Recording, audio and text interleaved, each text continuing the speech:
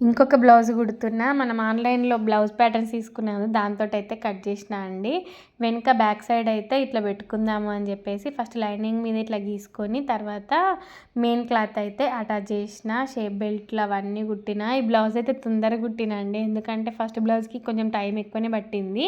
కానీ ఇక ఫస్ట్‌ది కుట్టినా కాబట్టి అలవాటు అయిపోయిందనమాట. ఇది తొందరగానే కుట్టేసిన అండి. ఒక 1 డేలో కట్ చేసి 1 డేలో కుట్టినా అనుకుంటా. అంత తొందరగా అయిపోయిందనమాట.